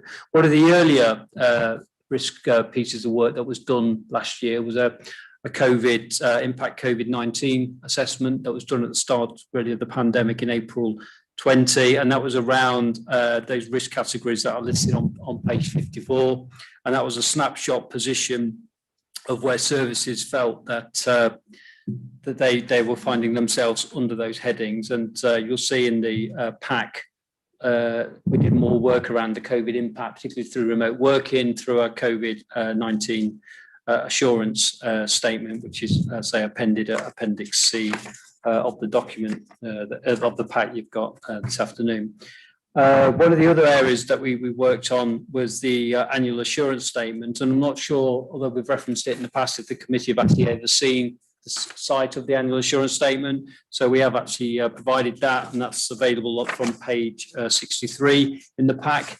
And what that does is set a series of statements along prescribed kind of industry standards around good governance headings, of which there were 7. As I said, we added COVID on as an extra 1, and then managers are asked to rank where they agree or disagree with that statement, and that leads to an action plan that's then managed and monitored by the statutory officer group that Karen referred to track through where there are concerns. That also gives us a flavour where thematically there may be issues around some of those headings that are listed in that annual assurance statement. The other big piece of work we did as a committee, if you recall, is migrate the corporate risk register across to a strategic risk register. And I think we had 3 different meetings around that piece of work. That was in June 20, November 20, and more recently in February 21. And we moved as a committee away from very prescribed risks to a thematic approach, and they're listed out in 2.11. And interestingly, we actually added cyber security as a new risk in that February meeting to recognise the importance of our network and its exposure to external threats. So that was quite a big piece of work the committee undertook during that financial year. The next item for this afternoon is to update the risk management framework, of which we will then use the annual report to track ourselves and monitor against. Just finally for me, before I hand over to Gary, what we've done to bolster the risk management framework is invest in software which is for risk and for action. And the for action software is used to track the recommendations coming from internal audit, and for risk is used to track and monitor the actions arising from the annual insurance statements and also the strategic risk controls and actions. So those platforms are now implemented across the organisation and accessed by all heads of service. So we've got more transparency and clarity around tracking those controls than we've had previously. So that gives us more real-time information. So I'll hand over to Gary for business continuity. Thank you. Afternoon, members. So this is related to paragraphs 3 onwards that refer to the business continuity in the annual report and update there. First thing to say, we've got robust business continuity arrangements in place. I think you had an internal audit report which gave us a substantial assurance back in February on that area, and I think we've gone through one of the most significant live tests of that with the pandemic that we've experienced here, and the council has shown itself to be able to respond well to that in the way that we've had to pull on our plans, change and adapt services at very quick and short notice at the very early stages of the pandemic. And then as the pandemic progressed and has become a very long period, that we've had to continually adapt the way that our services are working to conduct ongoing risk assessments to keep both staff and the public safe, but to maintain core statutory services. That's involved a whole range of different things through, and as outlined in the report, the redeployment of significant numbers of staff from services that either were forced to close or were lower priority services so that we could bolster those key services, critical services. The really excellent work in terms of the IT infrastructure and kit and support that we had, that meant we went from small numbers, as we've heard many times before, working from home to the vast majority of the office-based staff working from home, and that was a great success as well. We, alongside all that, have been a very active member in the local resilience forum with our partners across Lincolnshire, across all the districts, emergency blue light services and the county council and others, to make sure that we are coordinating our responses with public health as part of the national efforts, that we are implementing those locally, and that has progressed well as well. The local elections, worth just mentioning, because they were a not insignificant undertaking, as you'll appreciate, and you'll have your own experiences of that, but that was quite a lot of work to adapt and use business continuity arrangements and plans to make sure that we could maintain and run those smoothly and safely. So I'll stop there, but I'm very happy to answer any questions in regards to the business continuity update. Thank you. Are any of the committee any questions of the two officers concerning this item? Sue?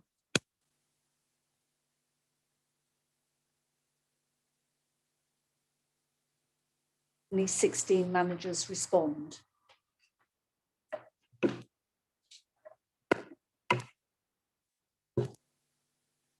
Yeah, sorry, I couldn't turn the microphone on. No, I was getting there. It was 16 managers that responded.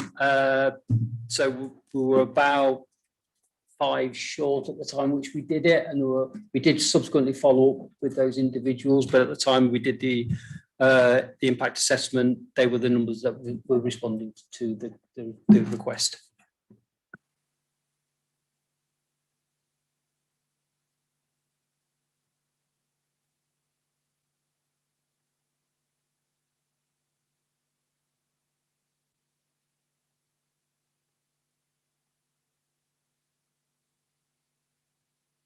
I appear to have not put my microphone on.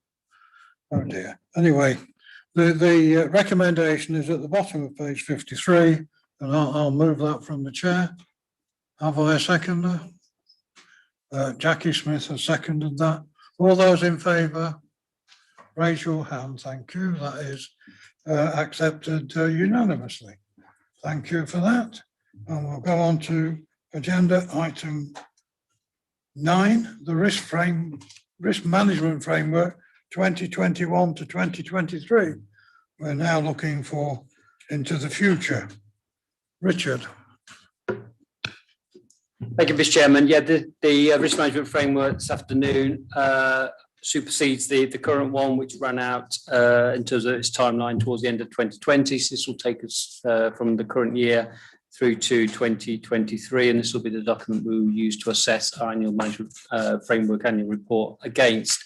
It's not significantly changed from the previous risk framework we had in place, but we have reflected, as I said in the previous presentation, the move away from corporate risks to strategic risks, and also work that the committee did during the year of introducing what we refer to as risk appetite, which is where the council sees itself against those risks in terms of its exposure and where it sees that exposure is palatable.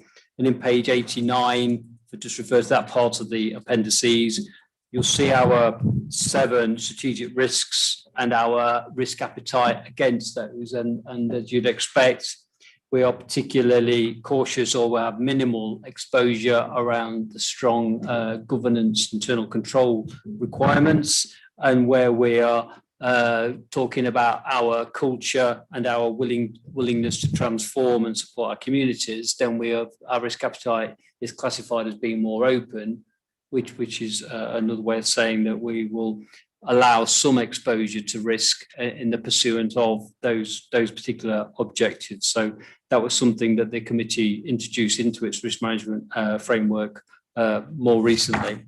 We've also introduced a risk management policy statement, which is in line with best practice. And we've also introduced, to support the risk appetite, a risk appetite statement.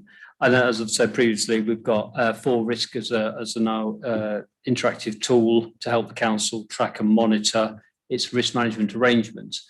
Obviously, the committee only sees the strategic risks, but sitting under that are other risk categories that as officers are being managed. So examples being service risks that sit across each individual department, which are risks that it faces in terms of systems it's using, the staffing it has, legislation changes, things like that, financial pressures, and they're monitored at service level, and the committee doesn't particularly need to see those because they're classified as business as usual risks that you would expect any service to face on a day-to-day basis.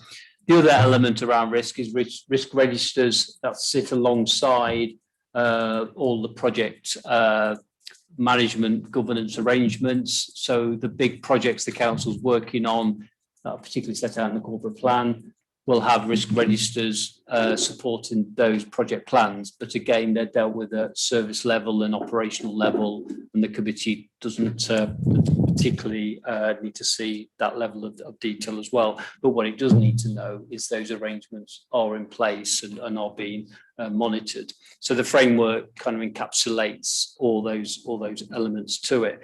It also sets out the levels of responsibility across the organisation, from members down to officers, where the relevant risks sit as an organisation, and more importantly, who the owner of those risks are, and what actions they're taking to manage and, where possible, mitigate the council's exposure. So it tries to be all encompassing in that respect.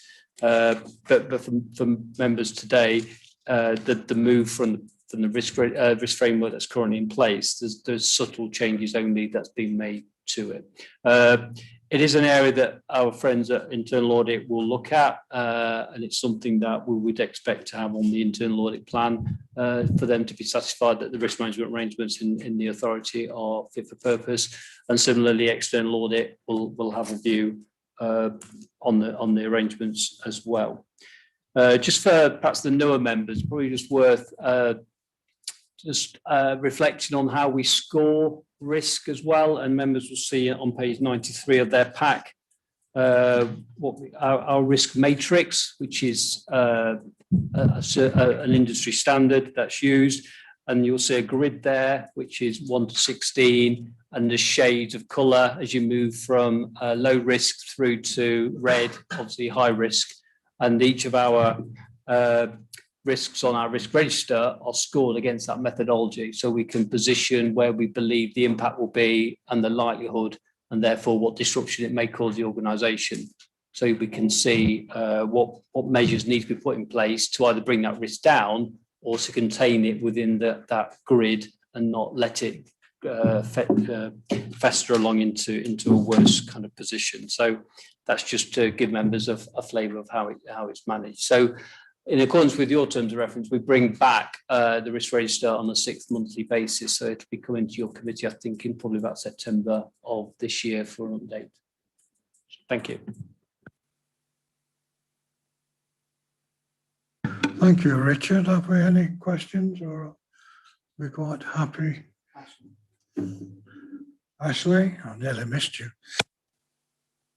Thanks. I remember seeing this last time I was on the committee, and it took me ages to get my head around it. But if I might be too simplistic about it, we are concerned not just with people slipping over on a banana skin in the leisure centre, but also on not hitting our major targets within our corporate plan. And perhaps for the bigger issue is the corporate plan issue, which is I think outlined on 89. So we have this risk register, and at risk of getting parochial, how, I don't know if this is a question for you, Richard, or for the internal auditor.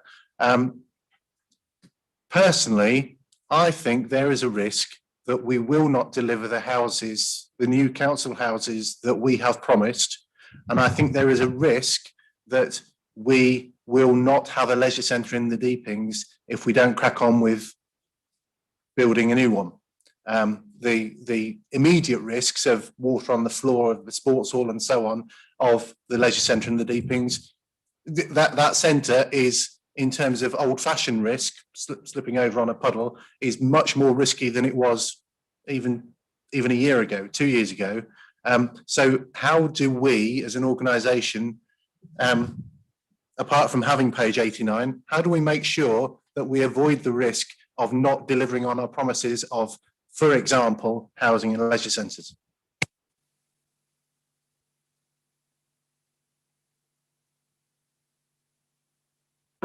So in terms of the houses, obviously there's more experts in the room than myself. I mean, from my seat, the capital commitment to deliver that has been agreed. So the money's in place. So it's, for me, it's about capacity and getting on and delivering. I don't think they're not examples. I don't think what feature in a risk register in the way I'm talking about this risk register, because these are strategic risks around capacity, culture, resilience, transformation, they're very broad headings. You're talking about very specific actions that have been set out and whether or not we can achieve those. So, Robert, I think you want to come in on that one.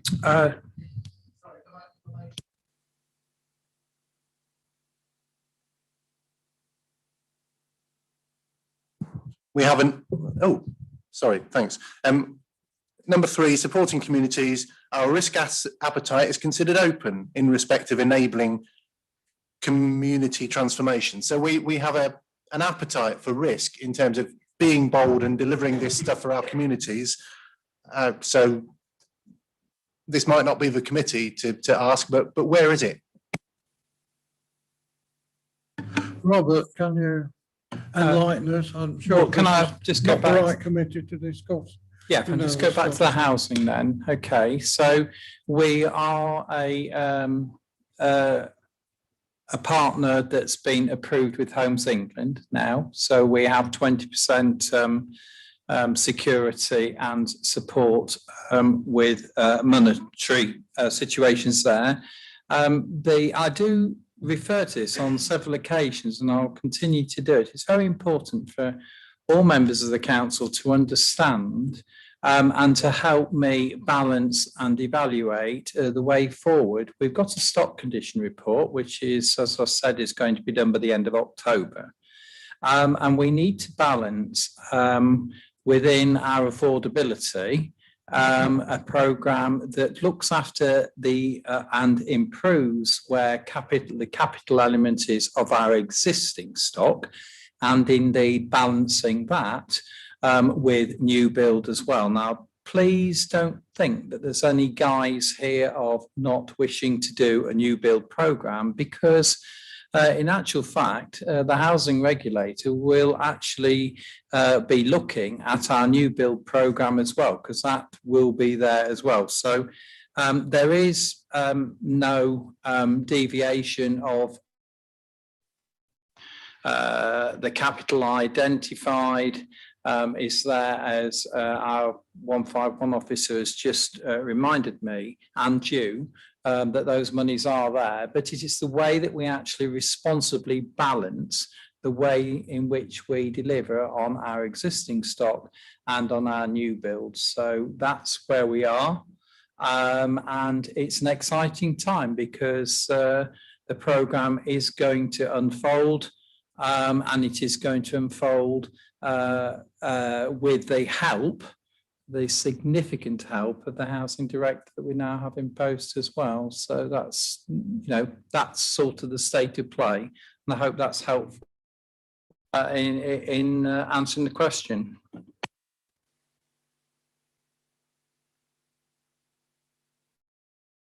Yeah, and it may help in the pack for February 21 of this committee, that risk register that's referred to there in a very summarised version, in fact, is laid out in much more detail. And actually, I'm just looking at it online now. There's a specific reference to the leisure. Develop a strategy to invest in high quality leisure facilities across the district is an action that's sitting alongside the one you've referred to, supporting communities.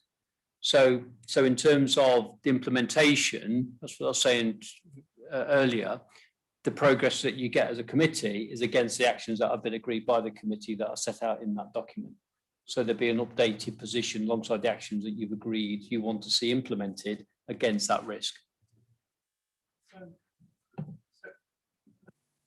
So, Chair, I understand the theory, but the detailed plan of action or plan of delivery for leisure centres has been on the cabinet agenda since, I think, October 2019, if not earlier, and nothing's happened. That to me is a risk that.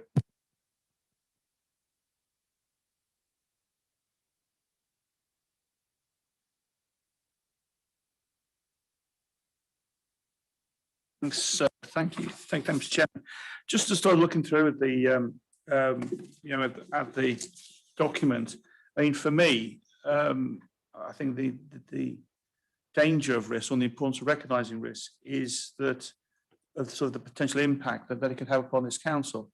I mean, you've only got to read the reports into what went on both Northampton and also Croydon councils to realise that fundamentally failure to recognise risk and manage risk of those organisations led to their failure. And in fact, if you look at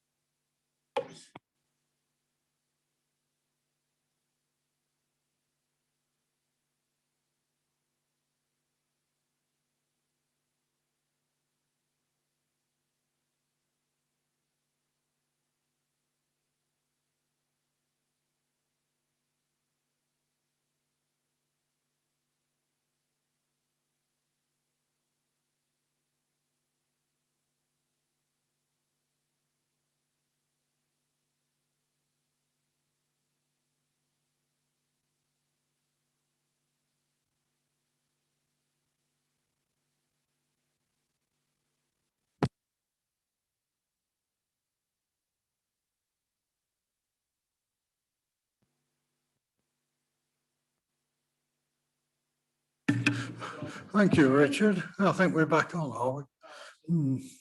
Yes, very confusing. I must apologise for these indecisions and inaccuracies.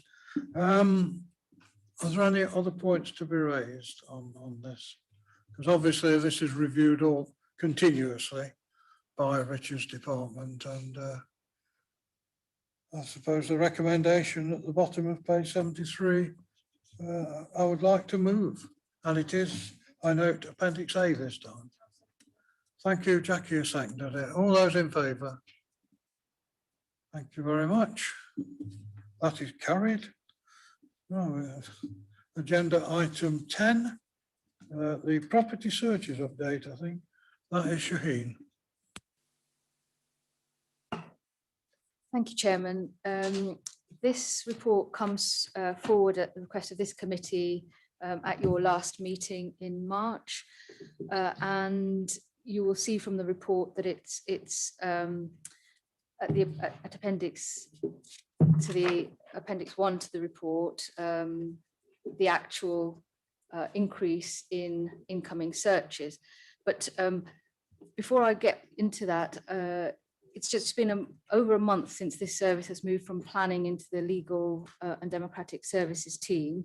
One of the reasons for that was to move the service away from the pressures that planning has itself and give it some greater focus. And it's quite common in councils to find land charges sitting with legal because it's part of the legal completion process on properties. What you see in terms of performance are both short-term and some slightly longer-term issues.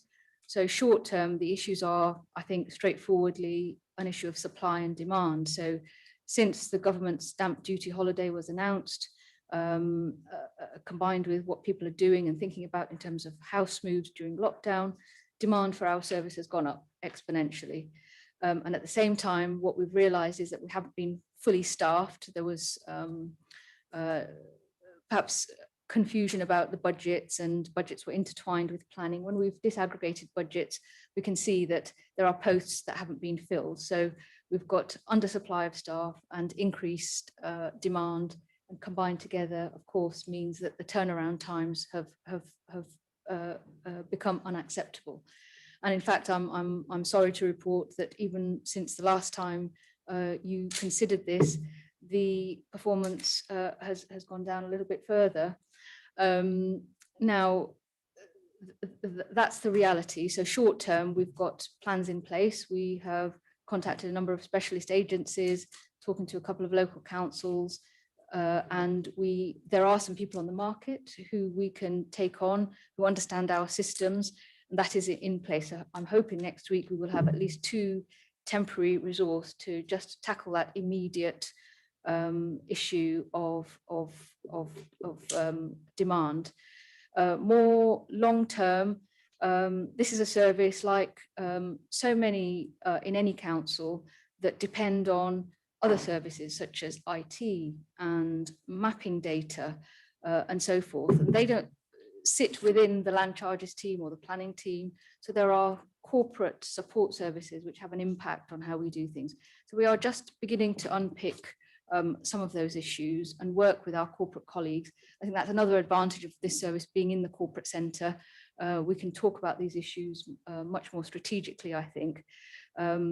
There is a focus on land charges. We're going to have to migrate over to the land registry in due course as well. So we've got to get our data fit for purpose, and our systems have to enable that to happen.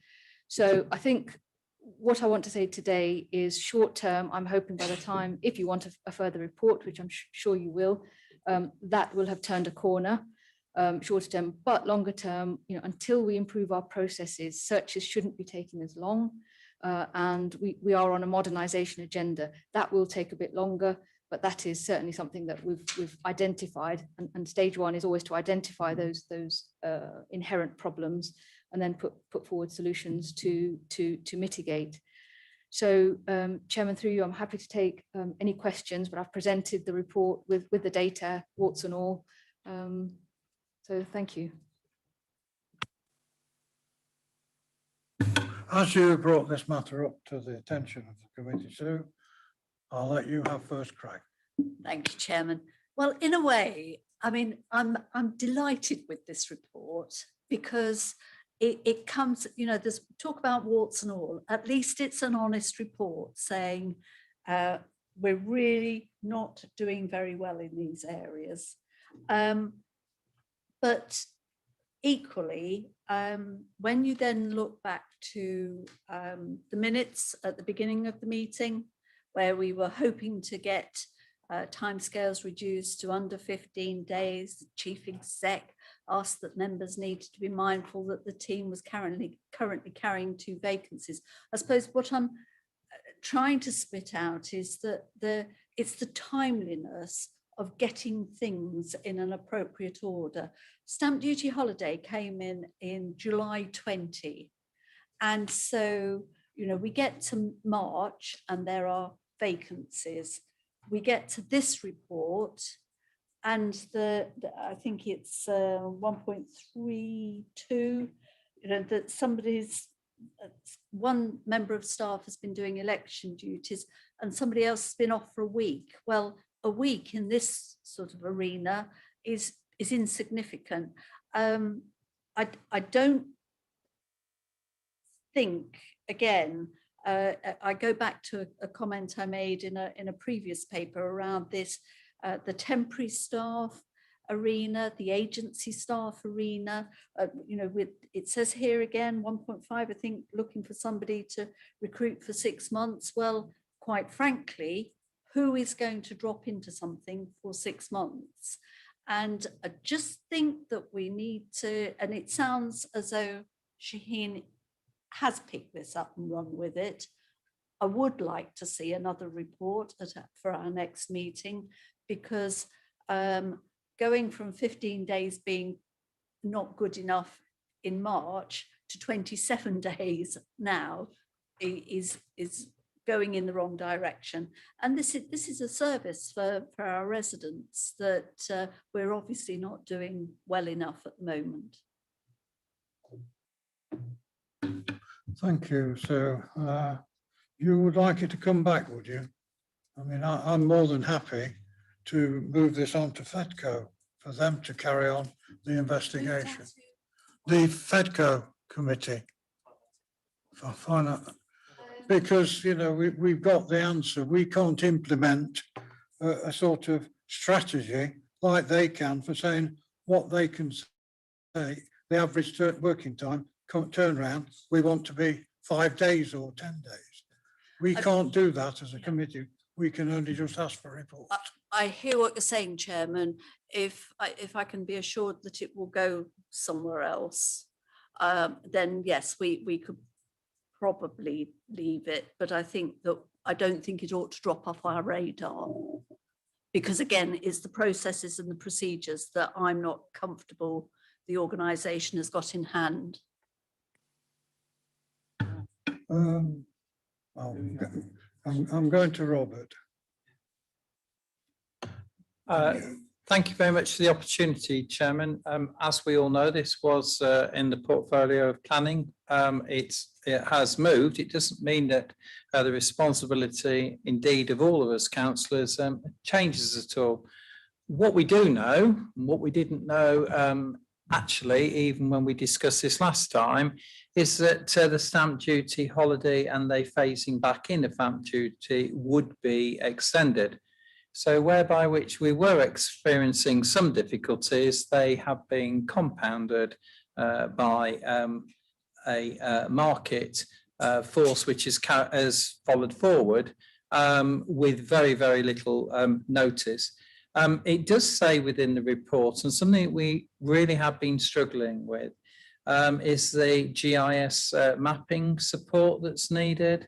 And in fact, our IT systems, we did have one particular week that the whole system broke down. And so like we had a week when we had various vacancies along the way, it's just not made the situation any better. And as fellow councillor Sue Woolley says, you know, this is a service for our residents, and particularly a very frustrating and very alarming predicament where this service doesn't turn land searches round quickly enough for those that are buying and selling, particularly in long chains. So, you know, we do all understand the sentiment.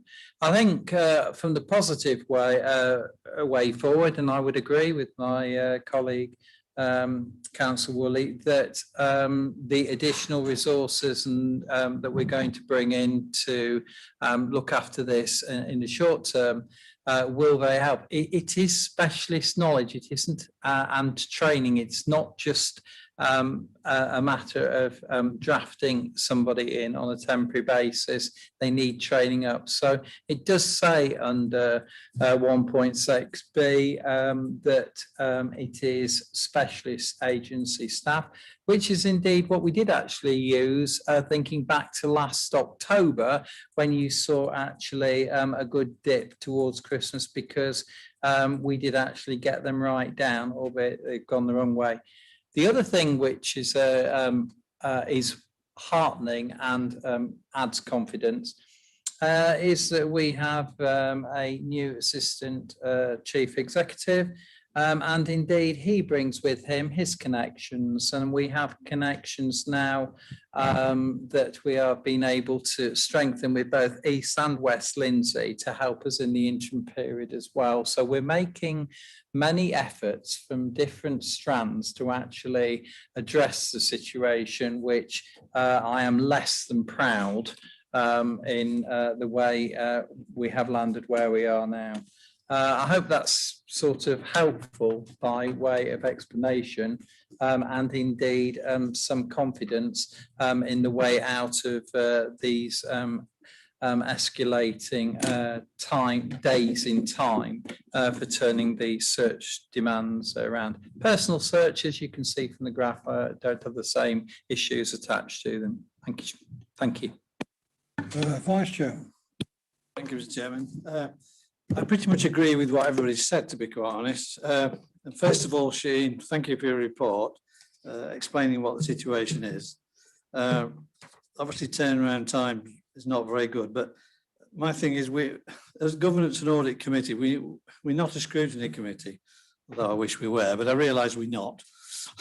But I think the answer to this is we want to improve it. I think the turnaround times aren't good enough, and I know they've deteriorated, but are we quite clear what are we judging that against? Because I know previously we talked about 15-day turnaround on the website, and now on the website it says an average of 22 days. So it's really following up what the chairman has said. Don't we need to refer it somewhere to get a policy decision on what turnaround time are we aiming for? I mean, I know we're not. If we're aiming for a turnaround time of 50 days, we'd be doing very well, wouldn't we? But that'd be ridiculous. So I do think we need to refer it and get a policy decision of what we're trying to aim for, so we can monitor it against. I don't think it's very good. I think everybody probably agrees it's not very good. Estate agents have told me South Kesteven have got a poor record of turning around times, and that obviously affects sales, particularly as Councillor Reid said, if people are in long chains, it delays the chain and probably the chain falls apart because of the waiting for it. So that's not good. So, but I think the answer to it is we need to clearly establish what's our target for turning them round in. So thank you. Shaheen, you wanted to come back. Yes, thank you, Chairman, and thank you, members, for all those comments. Just picking up Councillor Wood's point, our corporate target for full searches is 10 working days. So we are not meeting that target. For personal searches, we have to apply the environmental impact regulations, which is 20 days, but we're well within that. And what we found is that we can get temporary staff, and there is a temporary market for people who work elsewhere part-time and can do additional hours. The real challenge is to turn that into permanent recruitment of people who will come and do this job for us. So we have to start with a temporary market, and the ambition is to turn that from temporary to permanent by providing a good place to work and so on. I think the members who've said that there needs to be a focus on performance, I think that is right. I think FEDCO is a good suggestion. It looks at performance across the council services, and I'd happily take papers on performance against target to that committee. Thank you. Oh. Thanks, Mr. Chairman. Now speaking in my capacity as Vice Chairman of FEDCO, I'm sure if this was to be referred, I'll happily speak with Graham, the Chairman, and get it scheduled onto our agenda going forward. Thanks. Ashley. Thank you, Chair. Yes, I'm pleased that the unvarnished copy of the, well, I hope it's the unvarnished copy of the report has made it to the committee. It is difficult reading, and I kind of it reminds me of the Chernobyl disaster in 1986 when the nuclear power station went wrong, and initially it was the staff who were blamed for it. They said, "Oh, it's human error," but then later on it was revealed that there was a whole kind of structural problem with the entire construction of the thing. So at 1.3.2, we mentioned that staff have been on holiday. Well, staff are allowed to go on holiday, and we do know that elections come around the elections were not a surprise, and the staff going on holiday shouldn't have been a surprise. So perhaps it's further down the report that the other reasons are there, which include paragraph 1.4e, the council does not have an up-to-date GIS mapping process. Do we have an indicative idea of how much that would cost to have an adequate up-to-date GIS mapping service? Because I'm quite shocked that people are trying to do searches without one. It does seem to be a bit like making bricks without straw. And 1.4h, there is no current service delivery plan for land charges, and therefore no strategic approach to the service. If we have no strategic approach to the service, we can't really be surprised that we're not meeting our aspirations. And it makes you wonder where else within the council this is happening. Hopefully nowhere. So I'm pleased that we're talking to other authorities, including West Lindsey or East Lindsey, because I think as an interim, it might be helpful to get some help in from our neighbours and our friends. I'd also like to see what's happened to other authorities, the aforementioned or any others, because this can't just be an SKDC thing in terms of the immediate problem with stamp duty. Everybody's going through the same thing, which might mean that recruitment of people to do it is going to be an issue as well, because everybody who is good at doing this will be snapped up quite soon. So yes, we need some help temporarily. Yes, we need some staff temporarily, but the fundamental issues are, have we got the tools to do the job, and have we got how are we going to get a strategic approach to delivering this service? In terms of whether it should go to FEDCO or to say at this committee, we all went on that training course the other day and we were told the scrutiny committees are about why and this committee is about how. I don't think we need an investigation of why we're providing a statutory service. So that means that the questions are, how are we doing it, and kind of what's going wrong? I'd be interested in the internal auditor's opinion on this and whether or not it is something that ever would fall on his list. Thank you. Shaheen. Thank you, Chairman. So internal audit are doing a review of land charges, which is what came out of, I think, actions from this committee previously. So that will come back to this committee as a report around assurance. In terms of GIS, it's a case of understanding how much we need it for the land charges service, given that there's going to be transfer to the land registry. So that's a piece of work that I'm going to start understanding a bit better. So it's about a proportionate response at this stage, depending on when we're going to be migrating to the land registry. In terms of service delivery plan, the paragraph there, what I meant to say was there isn't a specific standalone service delivery plan. Like with many other councils, this is what we're experiencing is indicative of what others are also experiencing, and we're not the only local authority that is having these issues coming to the fore with technology and demand and all the rest of it. There hasn't been a standalone service plan, it's been too small a service, but it is now being integrated within the legal and democratic services plan, thanks to the excellent work that Ken Lyon has done with the corporate plan and service delivery plan to really emphasize focus on performance. And now that we're measuring performance, what gets measured gets done. And so hopefully areas like this can only, the focus you're giving it will enhance what we do. So I'm happy to keep reporting that performance. And I think that's where we should be. We know where we're going. We're going to have a service delivery plan at officer level, and it's for the committee now or FEDCO to oversee the performance. Thank you, Chairman. Thank you, Shaheen. I'm pondering on what to do with the recommendation on this one. Obviously, one is okay.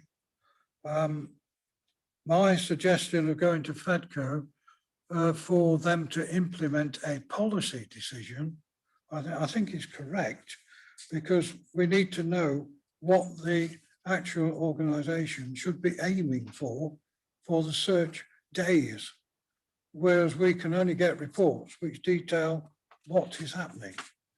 And I did suggest that FEDCO, because there is a meeting of FEDCO in July, where there'll be a more imminent report going to a council committee. Shaheen.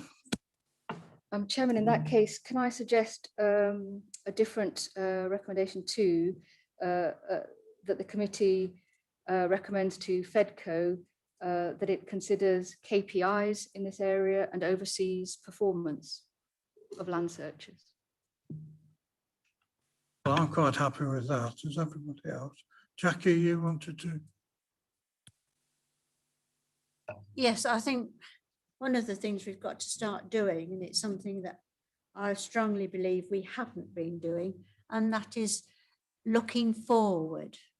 It's no use looking at what's happened. We've got to look at what we want to happen in the future and start doing it. And it's a failing that too many businesses and organisations make. And it's something that I would really and dearly like to see happening here. We've got a lot of opportunities. We've got a lot going for us in all sorts of spheres. Let's just get on with it and stop thinking too much about it and get things moving, and use as much as we possibly can of the benefits that we have got, and yes, get people in if we need to. We've got lots outside going on for us. We've got a lot of history attached to the town. We can do all sorts of things, but we tend to sit down and think about it instead of saying, how do we do it, and get on with it. Thank you, Jackie. Have I seconded to the proposal 1 there and 2 that Shaheen announced? Thank you. Mark? All those in favour? That's passed unanimously, so.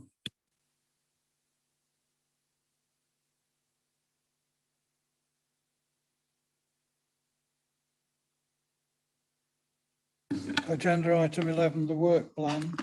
I think there's something missing about section 106s. I thought we're having 6-monthly reports on that.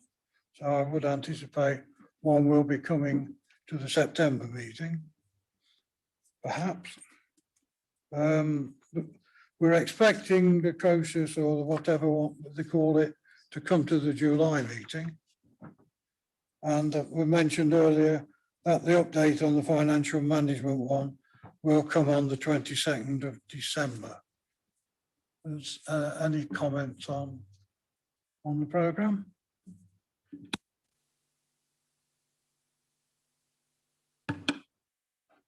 Oh, Chief Executive, oh dear, have we upset you? No, not at all, Chairman. No, not at all.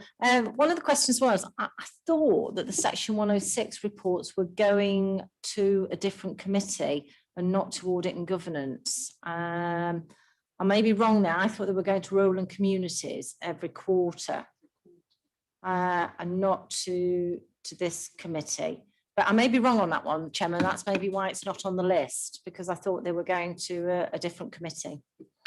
I thought we were being updated as well as the other committee. But, Chairman, if you would like an update, I'm sure we could get it here as well. Every 6 months, because I think the other committees having it every quarter, and I think it's also going to Planning Committee as well.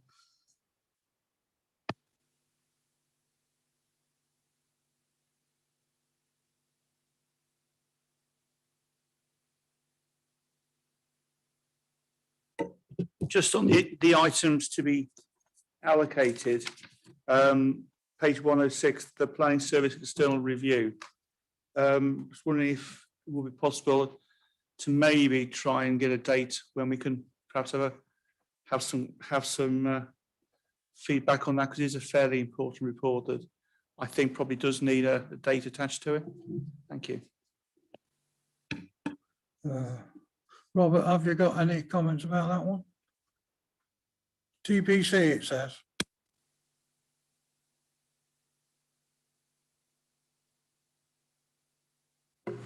Mr. Chairman, Page 106. Mr. Chairman, if you recall at the briefing, we said that report would come back to the July meeting.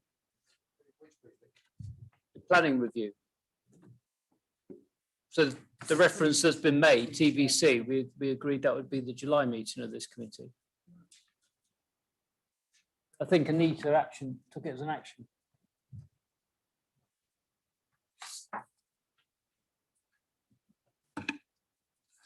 Right, well, that concludes the agenda for today. Sorry, sorry, Chair. Robert wants to come. Just for clarity, what's coming to you there is to do with creators. Yeah. Yeah. Sorry, Chair, for clarity, it was mentioned that something had happened in the Chair's briefing, perhaps. Like Councillor Whittington, I've only got page 106 to go on. Are we saying that the item to be allocated, planning service external review, which we also know as the Quatus report, is coming to this committee in July? Okay, great, thanks. Right, there being no other business, well, thank you very much for your attendance in this council chamber, and declare the meeting closed.